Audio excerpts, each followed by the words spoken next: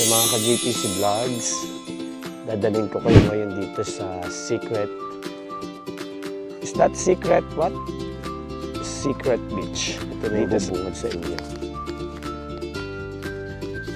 Welcome to my vlog. This is JPC.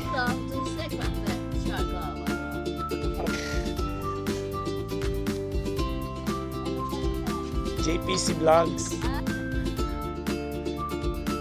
So yun. Kaya tinawag siya Secret Beach. Kasi nakatago talaga siya. So ito yung lugar ng Secret Beach, guys. Say hi to my vlog. So dito sa Secret Beach, bago tayo makarating dun sa pinaka main highlight nila,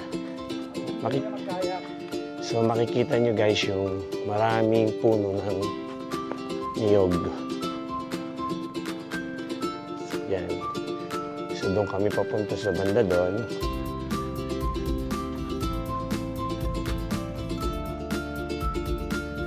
Super ganda rin dito guys sa Secret Beach. Actually halos lahat ng napupuntahan ko talaga dito sa Siargao.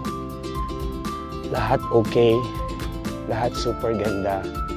Kaya sulit ang bakasyon dito pag gusto mong pumunta. Ako na nagsasabi na pwedeng balik-balikan ng Siargao.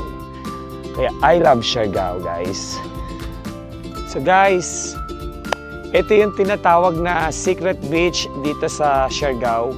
Kung makikita nyo, payapa ang dagat dito. Tahimik ang lugar dito.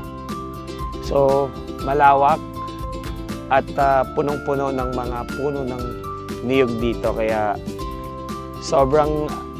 sobrang ganda dito sa Secret Beach. So mga ka-JPC Vlogs, halika, ipasyal natin sila dito. Dito sa Secret Beach, I think kaya siya tinawag na Secret Beach. Kasi sobrang payapa talaga yung lugar na to.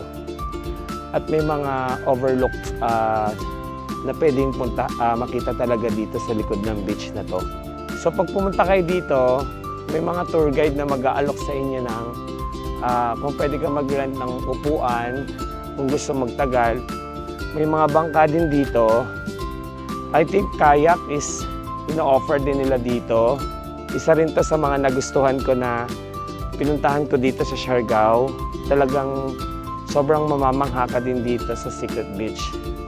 At so ngayon guys, tapos na ako dito. Lilipat naman ako ng ibang destination para ipakita ko sa inyo ang magagandang pasyalan at tanawin dito sa Siargao. Let's go!